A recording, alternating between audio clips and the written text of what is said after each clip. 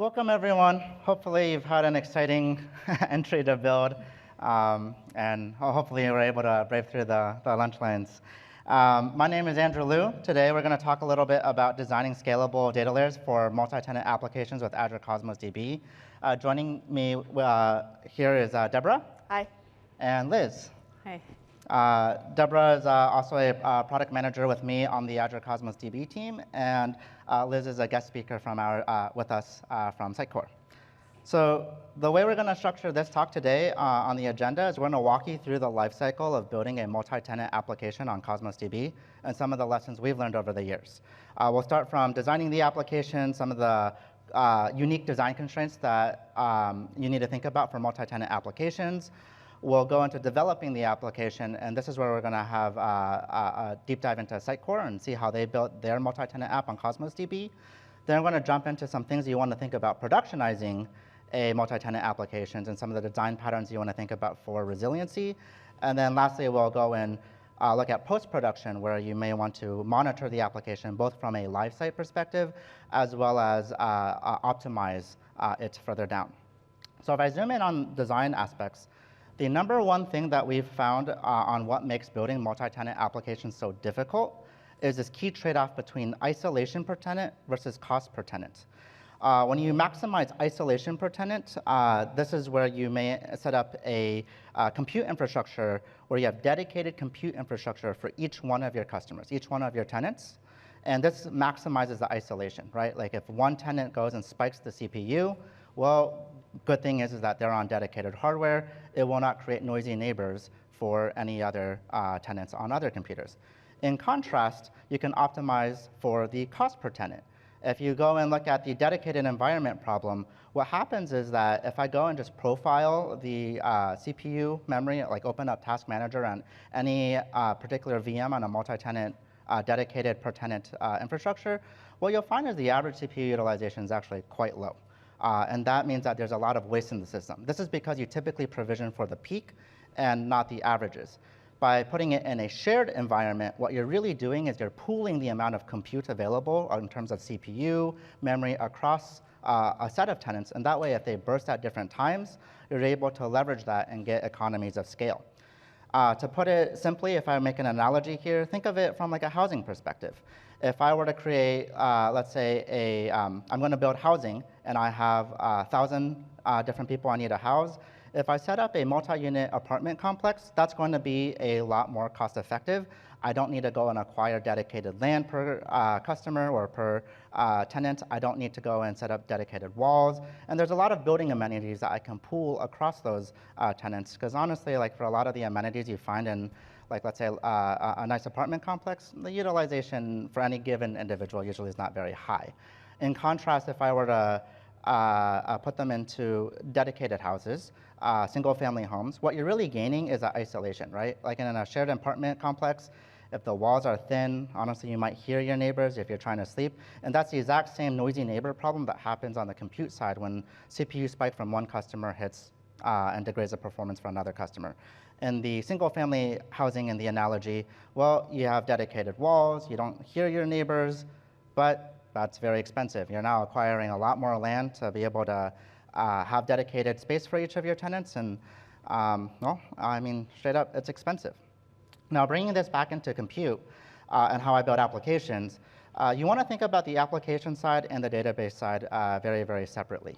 And this is because on the application side, this is generally stateless. When things are stateless, you actually get a lot of benefits, right? Like generally speaking, even on scaling out, the nice thing is I can go and, if I need more compute on a shared environment, I can go and just bootstrap more VMs live, run the software, and then hide it behind the VIP once it warms up.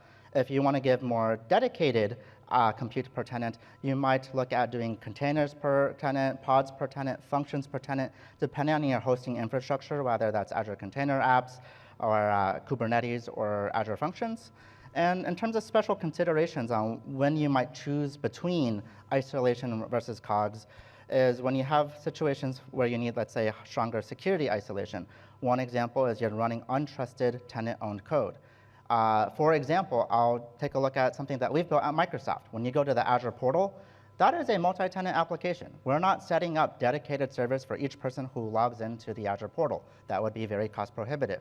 However, we power experiences like things like a Cloud Shell, where someone could write some malicious code in the terminal.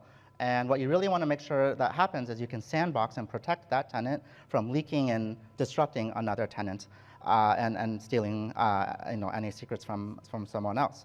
This, by the way, is actually a new capability we just launched in Azure Container Apps that I wanted to kind of tease here. We just launched it at Build. It's called Dynamic Session Pools. And what's really cool about that is you can go and spin up containers on Azure Container Apps, container per tenant, on a shared underlying VM infrastructure. And that will go and sandbox and provide that isolation on your behalf. Other things you might want to think about, and just in terms of performance isolation and how you might mitigate that, is also performance isolation on the noisy neighbor problem.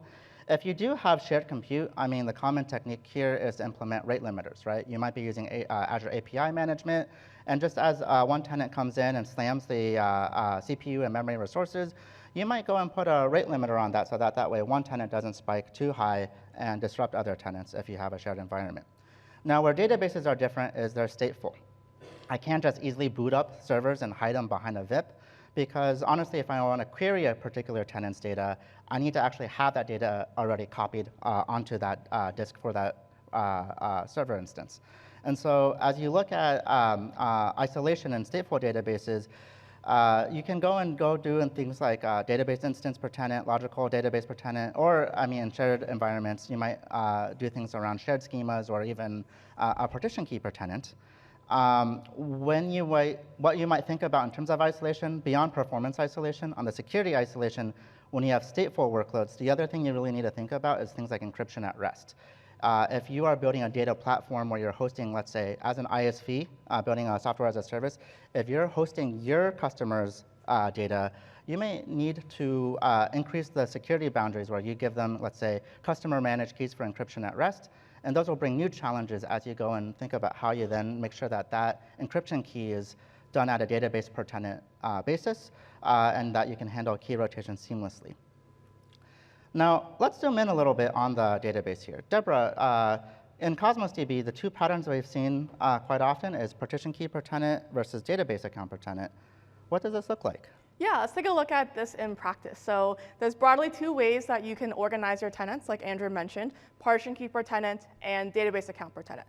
So let's take a look at the partition key per tenant one first. In the system, it basically means I have one Cosmos DB container here where I store data for all of my tenants. So you can see here I have a partition by tenant ID, and I have a set of data for multiple tenants here. I'm also taking advantage of a feature called hierarchical partition keys and adding user ID as a second level. Hey, Deborah, refresh my memory. Partitioning is a pretty core concept in Cosmos DB. What's a partition key again? So to understand partition keys, first you have to understand partitions. So Cosmos DB behind the scenes is distributing your data among pieces of compute that are called partitions that actually just host your data. So when you have a container, it's just a set of partitions. The key about the partition key is that we actually need a hint in order to how to distribute the data behind the scenes. The way Cosmos DB continues to horizontally scale and scale as you add more data is based on the partition key. So typically you want to give us a key that evenly distributes your request volume and storage. In the case of a multi-tenant application, tenant ID is a pretty good choice because that's your boundary of isolation. You typically are querying by tenant. Having a hierarchy now on the second level is another common pattern where if you have tenants that become large, let's say they exceed the 20 GB logical partition key limit in Cosmos DB, no problem. By adding a second level like user ID, Cosmos DB can continue to further distribute and partition your data with that second level key. OK, that makes sense. Yeah, as a multi-tenant SaaS ISV, my business will grow as the number of tenants grow, and I could see how a tenant becomes the natural partition key. But one of the things that I would want to try to tease apart here is what kind of performance can I expect for if I partition by tenant? Right. So this is a shared environment in the container. And with that, I have one setting here, which is the throughput setting that is managing the performance across that all the tenants can access. Here, I've provisioned 10,000 request units per second for the container. Hey, Deborah, also, let's set some context here. Remind me, what's a request unit? So every operation that you do in Cosmos DB, read, write, query, delete, et cetera, consumes a certain amount of resources, which we put in the abstract unit called a request unit or an RU. So the benchmark to remember is to write a 1 KB document that costs 1 RU. To write that same 1 KB document is 5 RUs. So if I have 10,000 RUs per second provisioned, that means every single second, I'm guaranteed to be able to do 10,000 request units of work. Got it. So with 10,000 request units per work, I can do about like 10,000 1 KB reads per second, or alternatively, the equivalent, which would be around 2,000 writes per second, or a mix. That makes a lot of sense. So in this case, I'm sharing this pool of auto-scaling RUs across my tenants. Do you have any real-world examples of, I mean, Microsoft's a pretty big ISV. Do we do this? A lot of ISVs within Microsoft actually use Cosmos DB to power their multi-tenant applications. Some of them you may be familiar with. So for example, Entra ID is one where they partition by tenant ID. Copilot is one where they partition by user ID, since that's the scope of the interaction access of who's using the app. Microsoft notification change for Teams notifications is also another one that partitions by tenant ID. The key thing here is we typically see it in either B2C scenarios or B2B scenarios where you have smaller tenants or you're not necessarily needing that strong security, CMK, or performance isolation. OK. Well, actually, that's a nice segue. So this makes sense if I have many, many small tenants. What about in situations where I need much higher isolation? How would I handle that problem? Yeah, so for that one, the downside where you might have a noisy neighbor is very real. So the other typical way that you would set up your tenancy is with a database account per tenant. So here, for example, I might have many different enterprise customers that I put into their own Cosmos DB account. And within there, I'd have one container that's just dedicated for them. So this one is just partitioned by user ID, since we already know what the tenant is. Oh, OK. Yeah, this reminds me. I think I've seen this before. I think Microsoft products like Dataverse or Azure IoT Hub adopt this pattern. Yeah. And if I remember right, the reason why they chose a database account per tenant is because they are a customer data platform in their own right. Yes. They need to be able to both provide performance isolation as writes come in, as reads come in, as well as from a security isolation perspective. That creates new isolation boundaries where, as a customer data platform, I need to pass on things like encryption at rest. Yeah, it's super common when, let's say, I'm an ISV, I have a customer, and that customer is using my ISV's product to store data about their end customers, right? So for those situations, having the isolation to use customer-managed keys hosted on behalf of is extremely critical. OK, that makes sense. But hey, Deborah, my business is large. I have tens of thousands of enterprises that I'm onboarding. How would I manage all of these? So that's actually one of the key problems that the upcoming Cosmos DB Fleets feature, which is now in preview at Build, is designed to solve. So exactly in that scenario where you have thousands of tenants to manage, or even hundreds of thousands, you can imagine that tuning that throughput setting for every single one of them can be quite cumbersome. So the great thing about Fleets is it's a new way for you to organize your database accounts in a multi-tenant system, where the database accounts can be further grouped into under a fleet, a new concept called a fleet space. Now, the key thing about the fleet space is it has a brand new capability that allows it to share throughput across all the resources that are in the fleet space. So this means that I can create a pool of throughput that any single account in there can use, which makes it a lot easier for me to do my capacity management. Oh, interesting. Wait, so Deborah, can you help me understand this a little bit better? Like, I see this in abstract. I have created a fleet. I have a database account per tenant in order to bring things like security isolation. I have different tenants bursting at different times. They can have their own dedicated throughput. But whenever they spike at different times, it sounds like I can pool their RUs together to catch those spikes and achieve some cost efficiencies. Is that right? Yeah, so let's take a look at what it looks like more concretely. All right, so here's a fleet that I've already set up. And one common way that you would typically group your database accounts is usually if you have like a similar performance characteristic or requirement around the tenants, you might group those together so they can share pool of resources. So for example, in my fleet here, I have a free tier fleet space where I'm going to put the DB accounts for free tier customers. For those customers, I've provisioned a minimum amount of pool throughput of 100,000 RUs. But for my critical enterprise customers, I provision the pool to auto scale from 100,000 to 1 million RUs of throughput, since we need to make sure they have the best experience possible. Creating a fleet space is super easy. You just give it a name, and you can enable the optional throughput pooling feature, and you can give it some RUs. You can set a custom min and max throughput that the pool RUs can scale to. You can also go into the fleet space itself and see here are all the customers, these one database account per tenant that are in here, and adding accounts is super easy. Key thing here is there's no data movement at all, so we're not like copying data behind the scenes. It's super easy just to add your other tenants into the fleet space as well. We can also take a look at the pooling characteristics if you want to learn more about that. Oh yeah, like I'm having a hard time picturing the pooling. Can you help me visualize how this would work? Yeah, so where the pooling really comes in handy is typically in a multi-tenant scenario. You have some tenants that are spiking at different times, but it's really hard to predict. And the overall utilization at any point in the system across all your tenants is probably not 100%. Right? So the key thing that pooling gives you is rather than provision every single tenant for their peak just in case they spike, which can get expensive, what you can then do is provision for your typical usage and let the pool cover the rest. So in this example here, I've set it up so each one of my accounts here has one container that auto scales to 1,000 RUs of throughput, which is, let's say, the typical usage of the tenant. But I also have that extra pool RUs I've provisioned as well. So if you draw this line here at 1,000 RUs of throughput, anything that is below 1,000 is getting covered by those dedicated RUs that are already there. But anything above is like 1,800 RUs. Those 800 RUs are coming from the pool. Oh, nice. Okay, so now I can bring back the efficiency on an isolated environment by taking all these different spikes, and instead of over-provisioning when it's not spiking, I can take advantage of the pooled capacity so that this is very cost-efficient. That's exactly what we're trying to aim to do here. So we're really excited that the preview is now available, so please check it out, and looking forward to your feedback as well. Cool. So while we've been building Fleet, something that's been interesting is we've also been working with Sitecore as one of the customers of Cosmos DB on building content management systems. Liz, could you tell us a little bit about Sitecore? Yeah, absolutely.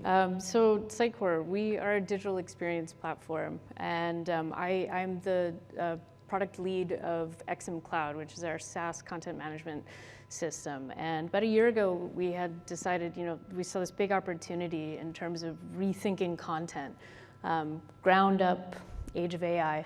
So what would that mean?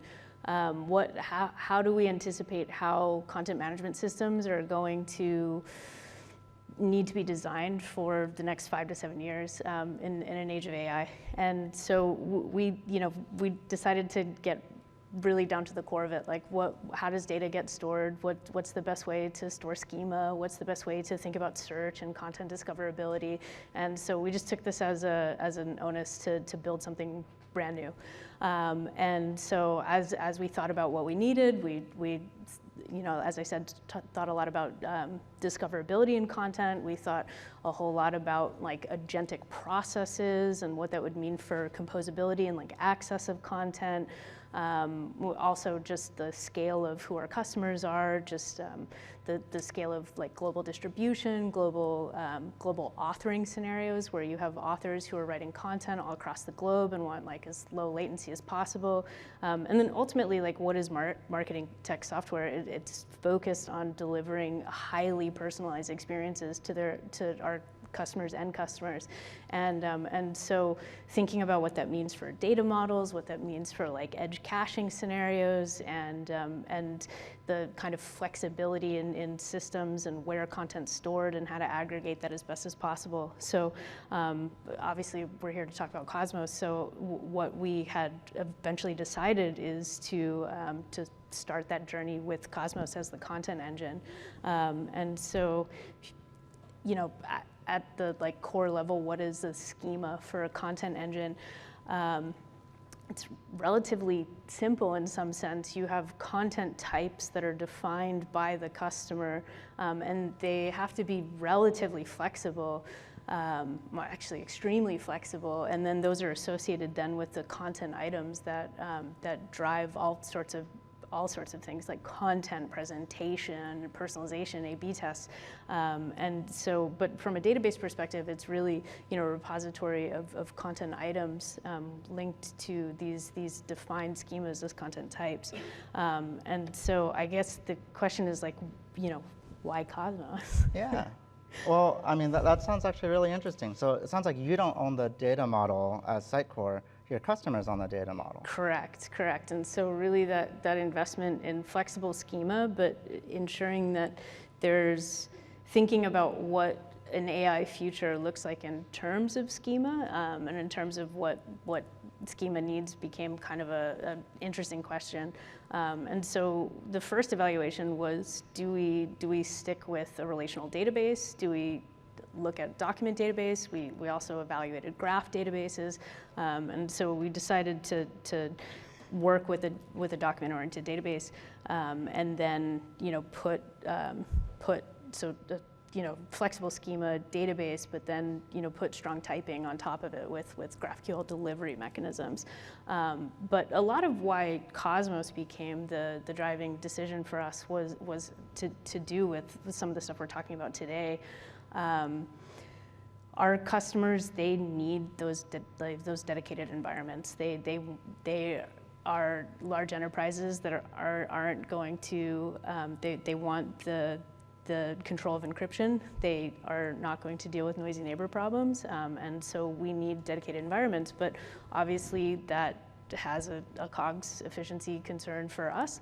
And also, if you look at the kinds of loads in a content management system, oftentimes there's like steady state of authoring and delivery, but then there's burstiness around publishing events and around build time events for front-end web applications. You go to build your front-end web app, you beat up the content management delivery APIs in order to grab all of the content at build time. And so like Cosmos Fleets was absolutely best of both worlds for this, because we were able to, get that higher isolation, have dedicated throughput, but also account for burstiness in a way that was really cost efficient. And also some other really huge values for us was that global distribution for multi-write regions, like for customers that have authors all across the globe, that low latency is incredible. And then also, like when needed, we actually can provide multi-tenant scenarios for customers in the same organization. So even with a big enterprise, when they have separated business units and even want isolation within their organization of separate tenancies, we can provide that. And I think from a cost control perspective, like one of the things that we like to think about is it's not really just about like RUs being able to allow us to control costs. It actually allows us to kind of control the customer in like a way that's like satisfactory for all involved, including the customer and their experience, by just providing a throttling that just can slow down to the pace in which they're paying for a tier, but it doesn't like block their experience in any way. So that was a huge thing for us. And then I think the other really big thing is about the search investments in Cosmos, because typically in a content management system, you always have to layer on an information retrieval product on top of the database in order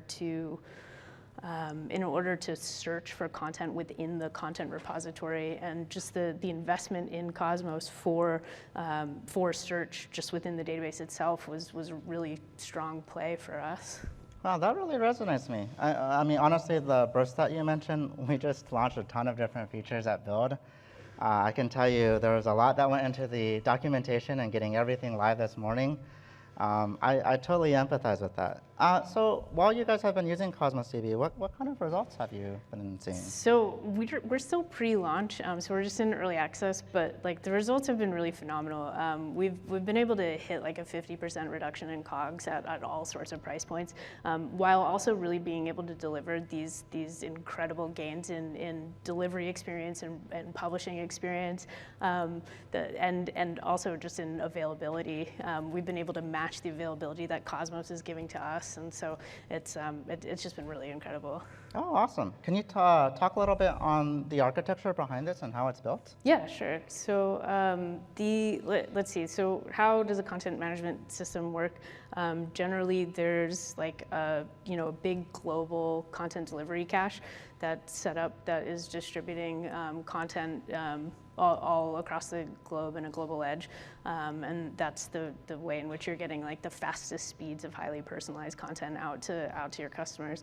And then behind that, there's, I think you would consider like the two centralized APIs and services is content management and then querying. Content management, you would consider like all of your mutation-based APIs, everything that does work and write to the content management engine itself.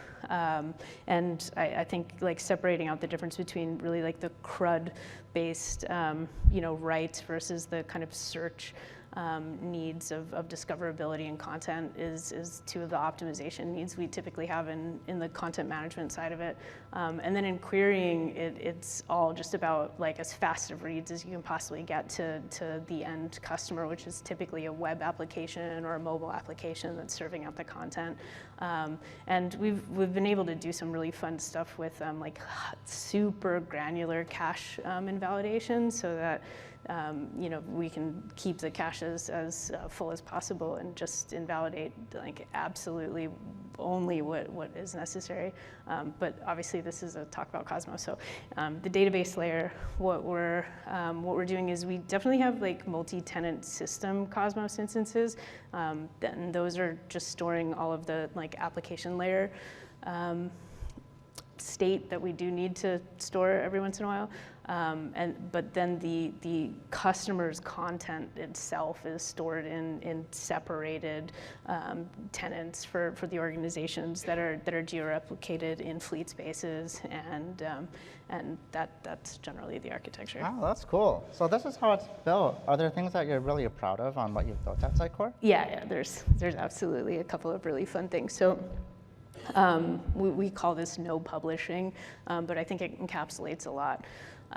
So one part of no publishing is, I think, traditionally like the way in which publishing happened in a content management system is that you would either publish by copying data from one database instance to another, and that second database would then serve out delivery, or you would just copy to like an edge store, and the edge store had some delivery capabilities as well. But with Cosmos and its ability to give us as much RUs as we want, and this ability to also prioritize, we're able to serve both content management and delivery from the same database, which has been really great. But no publishing also means something very different for us in terms of like agentic process, which is publishing is a totally generic and extensible content process. We don't treat it any differently to any other thing you can do to content.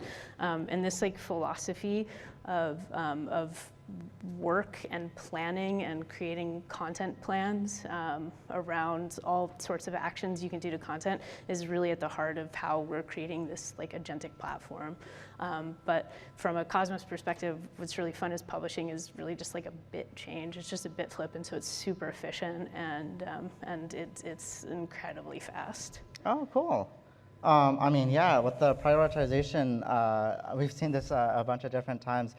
In Cosmos DB, we've recently made some improvements around throughput bucketing, where if you have multiple different microservices, some that are interactive, some that are more like a background task, you're able to make sure that you don't impede on high priority interactive workloads. Yes, it's very important to us. So on this publishing, how do you manage this, like as a end user? Sure. So there's this other fun thing that we did. So in certain like serverless relational databases, they have this concept of like Git style branched environments, but we recreated this pattern on Cosmos.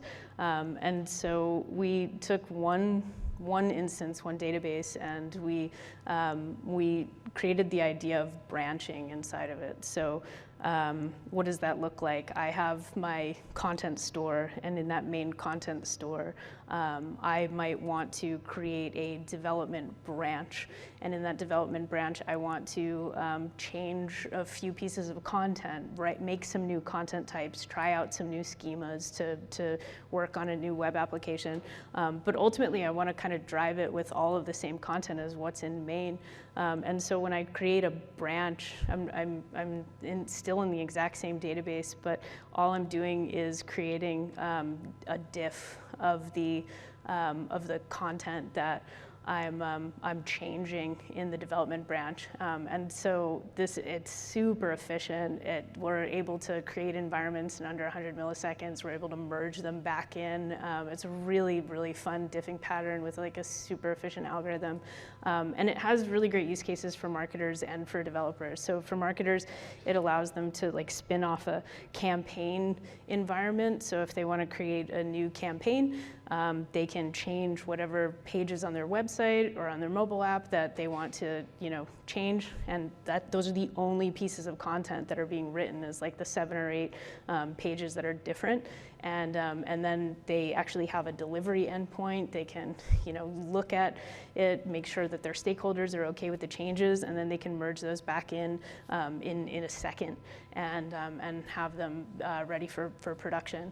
And then for developers, that means that like any developer can have their own feature branch, merge them back into common developer branches. So it really is like just kind of classic Git style branching, but in Cosmos on one tenant. So we're pretty proud of that one. Oh, that's neat. So I'm guessing you're taking advantage of the flexible schema support. So on copy and write, you can then, as a customer, add different properties, mutate them, and then that way you have diffs that you can merge back in? Exactly, and I mean, then the search being as quick as it is, and the being able to create, indexes on different partition keys, and yeah. Oh, absolutely. awesome. Well, speaking of search, what good is content if you can't find the content, right? Yes, and so this was also obviously one of the biggest reasons for Cosmos, is that at scale in an enterprise, content discoverability becomes like such an issue. If you think about any large brand over time, they have millions of pieces of content, and being able to find them, remembering what is reusable, what they could use, what they have on hand, just become, and actually now in the age of AI, being able to unlock a kind of like brand intelligence and a kind of content intelligence in that repository, like a big problem of that is just search.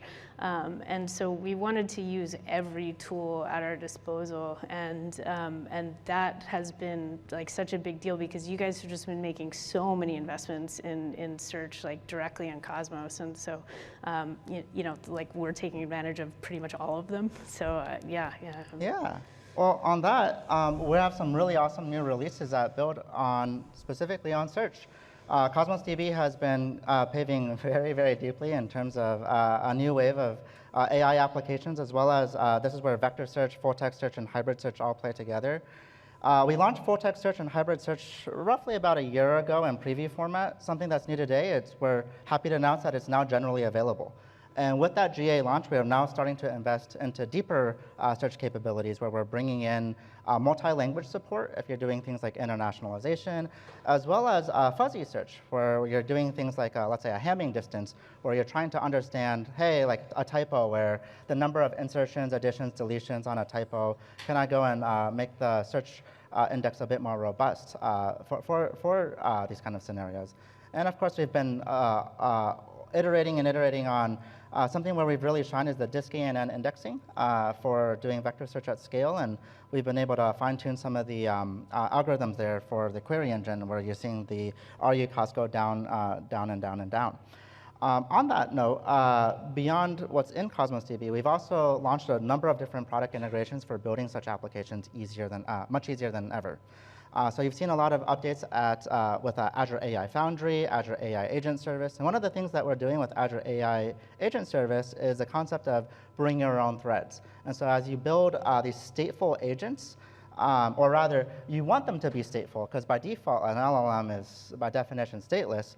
What you end up doing is you use Cosmos DB as a persistence layer to bring memory, and you're able to use both full text search as well as vector search and a hybrid on top of that to be able to fetch contextual pieces of memory over a large corpus and bring back what's relevant back into the AI agent service.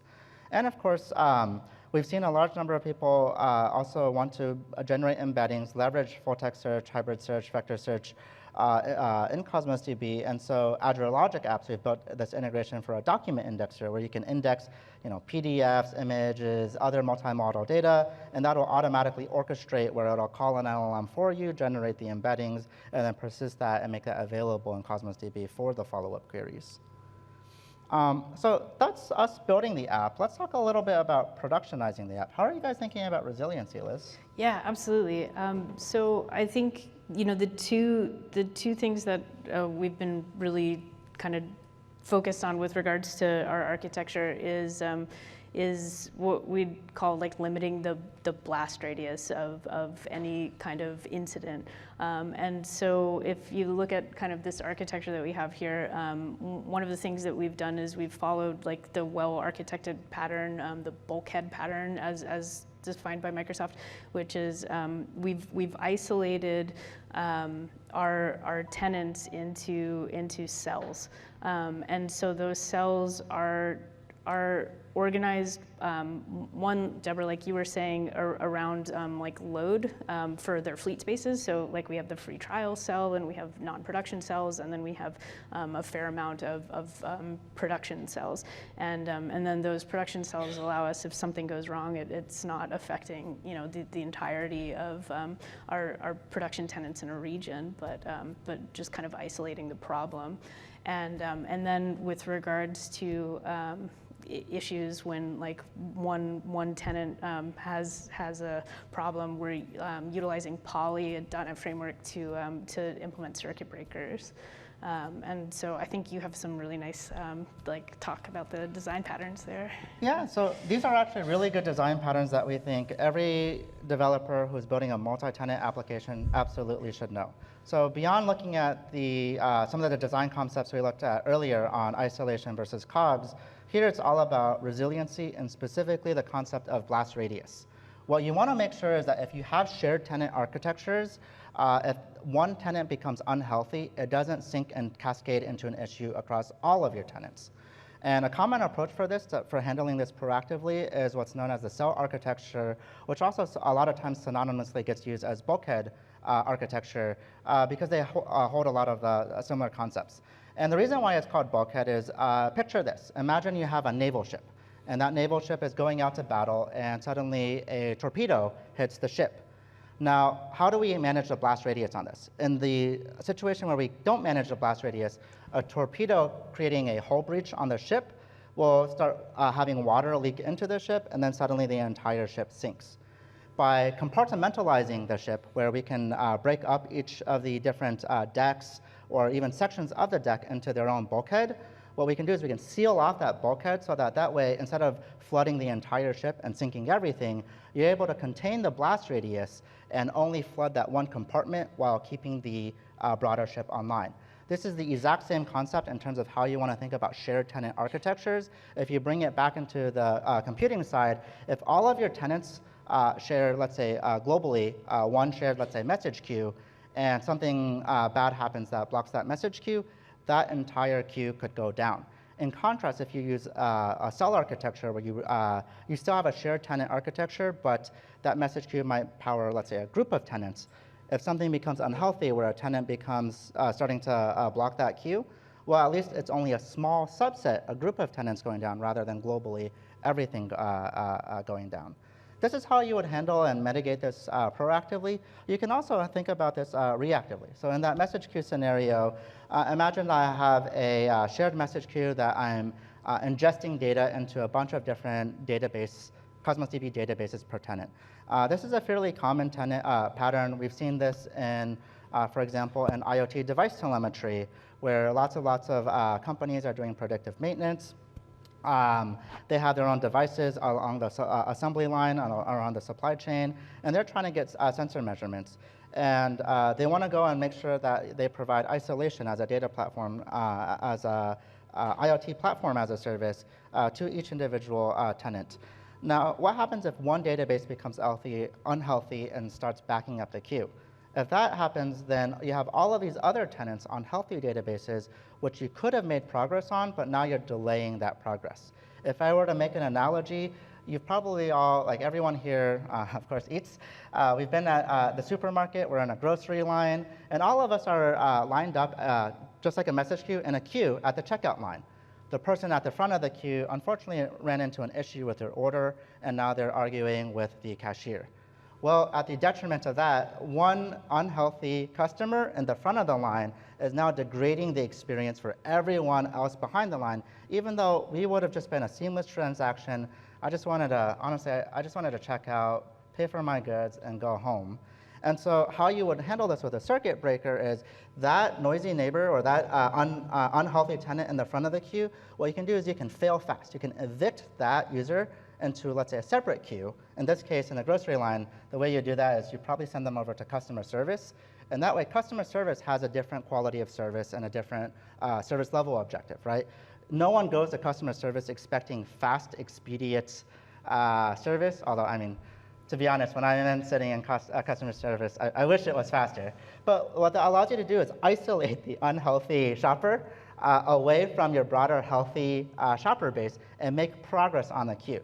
And in the same manner, this is how you want to think about your multi-tenant architectures, where if you have an unhealthy tenant, make sure you contain that blast radius where you do these circuit breakers where you fail fast. If someone's blocking the queue, evict that, downshift it into, let's say, a dedicated slow lane, and then make progress on all of the other healthy tenants to keep the train running. Now, these are design patterns that you should know on how you build multi-tenant applications.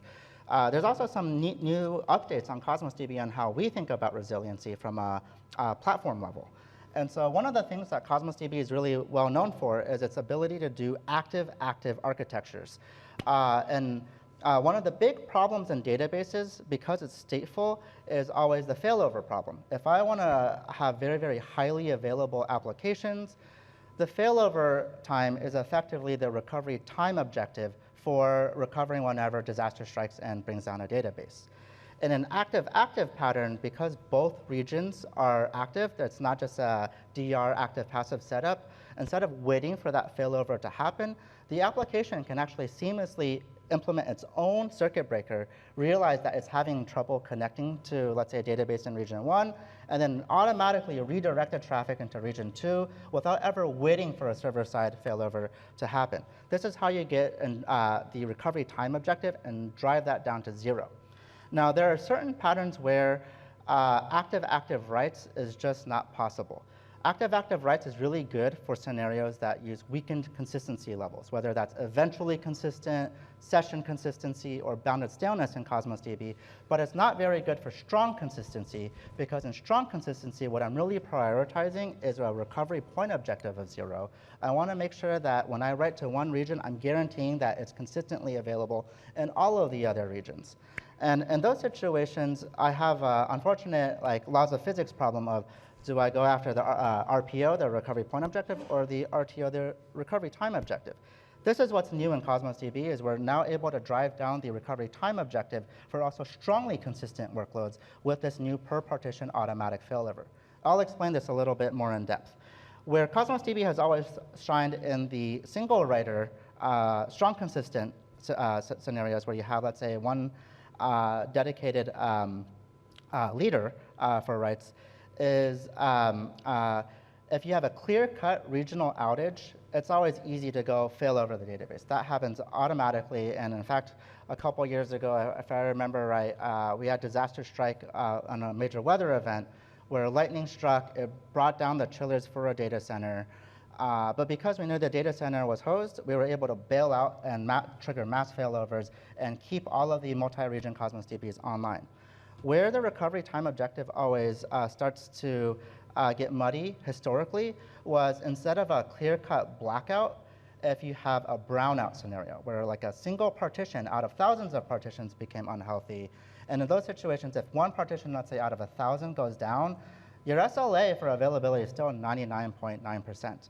So what do you do in those situations is this is where per partition automatic failover is able to go and we set up a distributed failover manager monitoring at each individual Cosmos DB partition.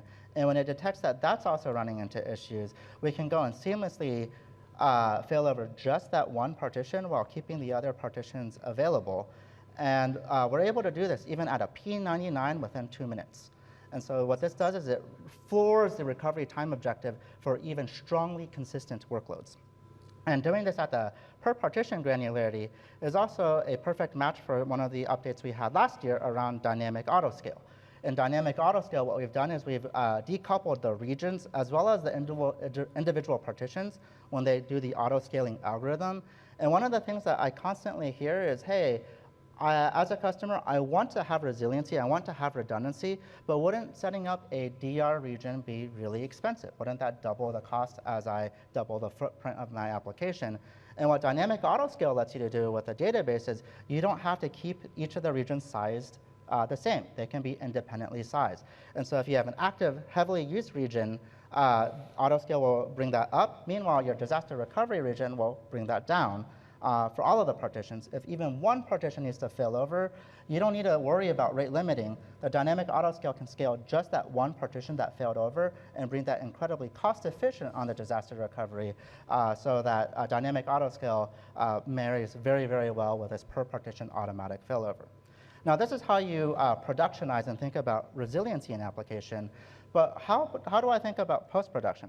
There are situations where honestly, monitoring 10,000 databases is just a really hard problem. I can't go into the Azure portal and click on database 1, click on database 2, and so forth.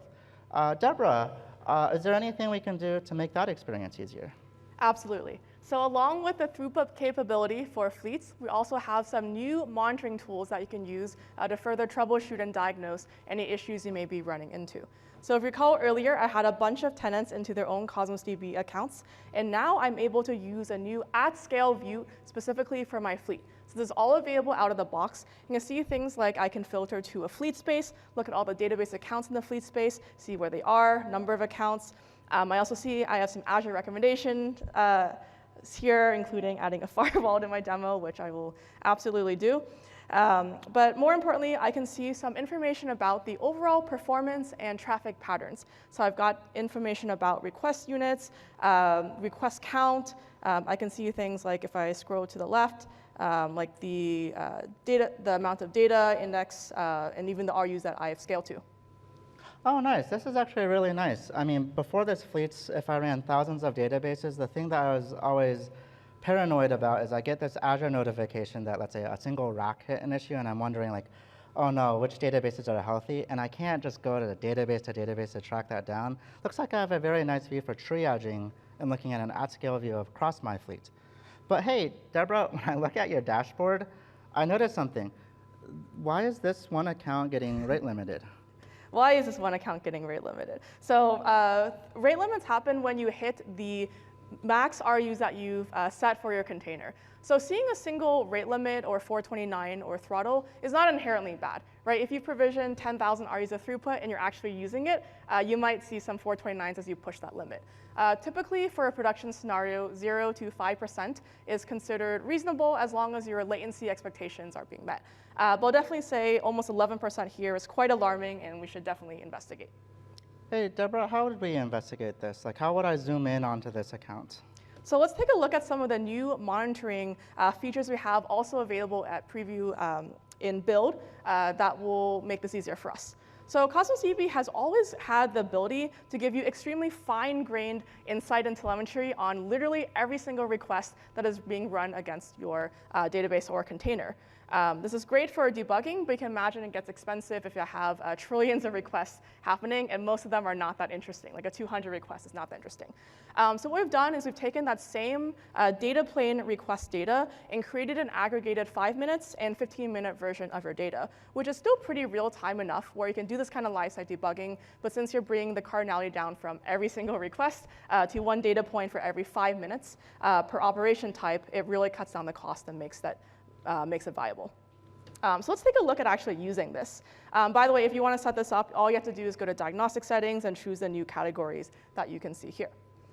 So first, let's run and see what operations are we even doing on our container and what is consuming the most throughput. Here I've got a query to summarize the throughput by operation name, container name, region, and I see I'm spending a lot of request units doing querying documents on a customer data container in East US. Okay, so I have zoomed in from many accounts to one account. I know the issue is, at least for rate limiting, all of my RUs are being spent on queries, but that's not really quite enough. Is it one query? Is it many queries? Is it all on one partition? I mean, I got some scars on learning how to scale out, and is this like the dreaded hot partition problem? Yeah, so hot partitions would arise if, let's say, earlier, if you remember, we had some sample data that was related to customer profile data, right? So I partitioned by user ID. So hot partition might arise if, let's say, you're querying by one user way more than all the other users. So let's take a look if that hypothesis holds any water. In addition to all the data you just saw earlier, we also have the partition ID as well in that same 5-minute aggregated table. So I'll run this similar query, except now I'm just going to count the RUs I'm spending per partition. And I see I know I happen to have 10 physical partitions here. Actually, the traffic pattern is pretty much the same across all the partitions. Okay, my hypothesis was wrong here. Well, I'm glad I'm not hitting a hot partition, but I'm still getting rate limited. How would I get clarity on what's going on here, and what do I do about it? So I think this is where it's really useful to look at what queries are we actually even running in our system. So here I'm going to take advantage of the CDB query runtime statistics table, which we've always had. And it's going to allow me to actually look at what is the query text. I've also set up my database with the optional feature to log the full text query string. So I can see I have a lot of queries by user ID, which I'm expecting. That's my partition key. But I also am running some queries against the phone number and a loyalty ID that I didn't quite expect. Oh, I see. OK.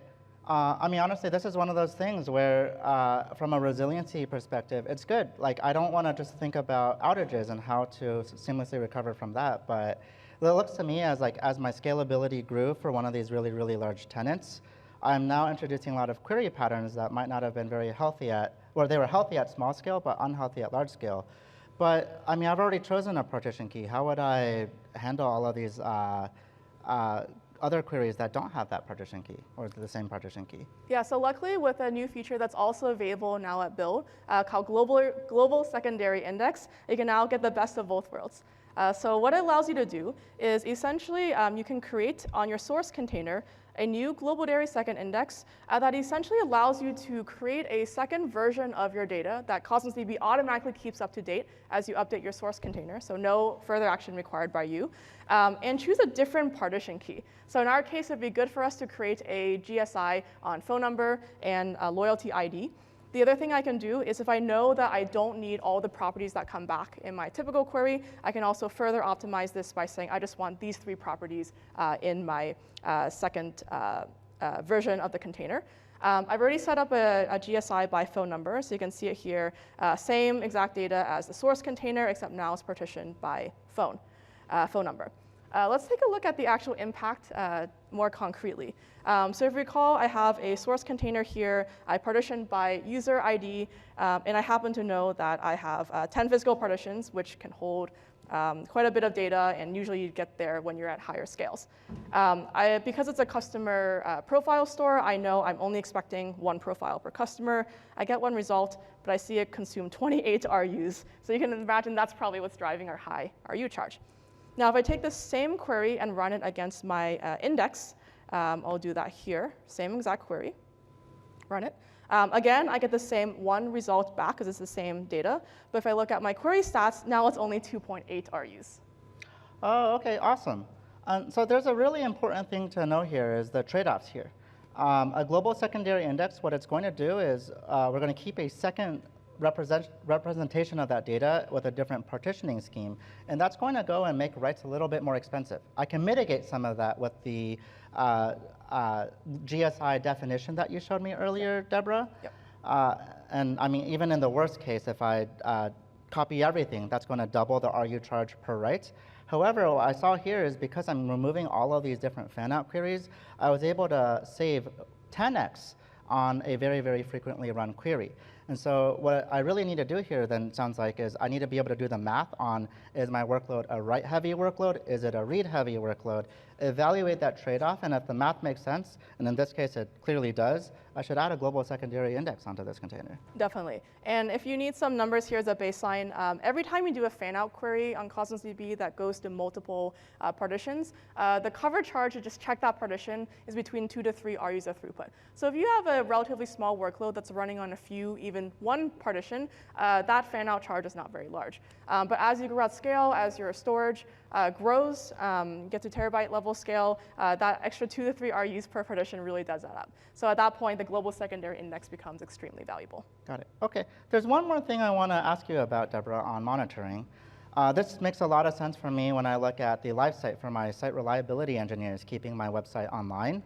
However, I have a second persona who also comes and talks to me quite often. It's the finance manager for my product.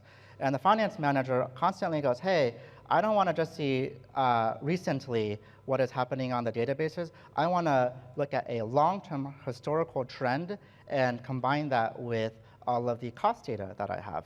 And I want to do this across a fleet of tens of thousands of databases. How would I do that? So in addition to the throughput pooling capability and that at-scale monitoring view you saw for fleets, we also have one more capability called Fleet Analytics.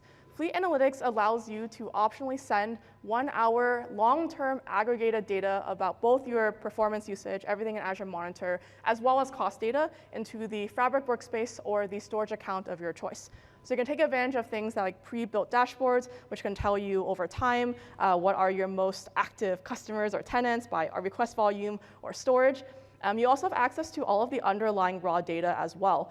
So with that data, you can, as a power user, query over things in your fleet. Here I've actually set up one query, which I think will make your finance manager very happy, which is I'm running a query to get both the cost and the storage of each container that I have across my entire fleet in the last 30 days. And if I run this, the net result is all the containers that cost more than $100 per month, but actually have 0 GB of storage.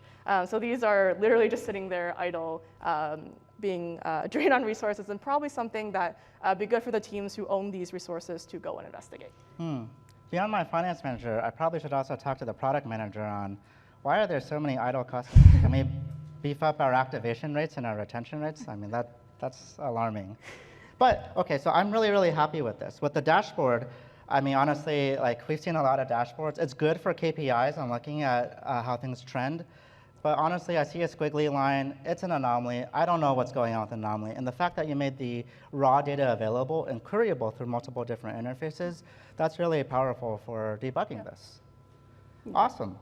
Oh, I think Liz had something. Oh yeah, no, this is like the dream for the FinOps team. So make your finance manager happy.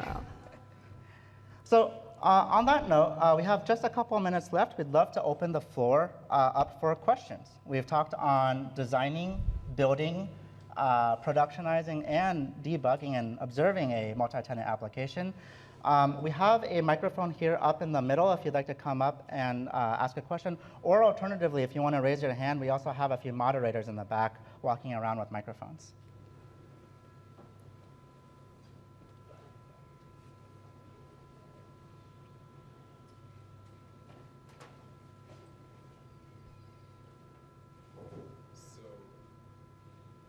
Can you guys hear me? OK, Yep. there we go. So this may not be like multi-tenant application specific, but if you have a Cosmos DB architecture and you made some bad decisions when you initially created it, right?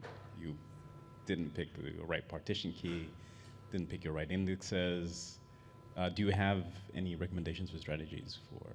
Sure. I will talk about maybe both on remediation, what you would want to do to rectify the problem, as well as how do you actually do that transitionary step if you do need to do a redesign. I would say in terms of getting the design right, like first you need to know what is the target design if the current design isn't right? And I think the number one thing I learned over time in Cosmos DB is how I think about data modeling needs to be different in a NoSQL database than a relational database. In a relational database, the pattern that I typically follow is I just normalize everything, and then I hope for the best. And honestly, the query engines fairly robust. I can do joins to get myself out of a problem, but it might be a bit expensive. As I do those joins and tweak that, my main lever for tuning the database is adding indexes to the database. In contrast, in Cosmos DB, because I'm not doing cross-product joins, turns out cross-products aren't something you want to do in any kind of sharded environment. Even if you shard a relational database, what you find is that machine-to-machine coordination on a cross-product is too expensive. So in Cosmos DB, what you're taught to do is you're taught to denormalize that data. And when you denormalize the data, the philosophy isn't just normalize everything and then figure it out at the query and index layer. It's figure out things on the data modeling layer, where on the data model, what you want to do is optimize for a very different thing. Instead of optimizing for, what normalizing really does is it optimizes for storage. But if I look at the modern application, I can pull up the Azure bill, honestly, for anyone in this room. I bet you storage is a commodity and most of your cost comes from compute. You want to optimize for compute. You want to optimize for data access patterns. And so the way you model data in Cosmos DB is you go, hey, if I look at the workload, is it read heavy? Is it write heavy? How many writes per second? How many queries per second am I running? And on those queries, what is most frequently run queries? That'll give you a very sharp intuition and then what is the ideal denormalized data model. And on that front, that'll give you clarity then, like, hey, do I refactor the data model? Or in this case, I think the example we saw with Deborah, we were doing queries off of an alternative field. Maybe indexing would also solve that problem, right? Like a global secondary index could solve that in lieu of changing the partition key. Now, in the situations where you do need to do some invasive surgery, like change a partition key or alternatively change the schema model, the other thing to know about Cosmos DB is the change feed feature. What that allows you to do is change data capture live out of the database. And that way, if you're ever doing a migration, let's say from data model v1 to data model v2, you can CDC directly out of v1, do the mutation on the change feed into a v2 container. And because that will keep the thing up to sync, now you can run tests on the v2 container, validate that, and do the cutover without ever having any maintenance period. And this is actually the same underlying infrastructure. The change feed is what we use to power things like the global secondary index. Does that answer your question? Yeah. Cool. I just realized I am at time on the session. However, I'm going to make myself available for questions because I did see some other questions pop up here. So I'm going to hang out right outside of this room. If you have any follow-up questions, please find Deborah, myself, and Liz, and we'll hang out there and come chat with us. All right, thank you so much.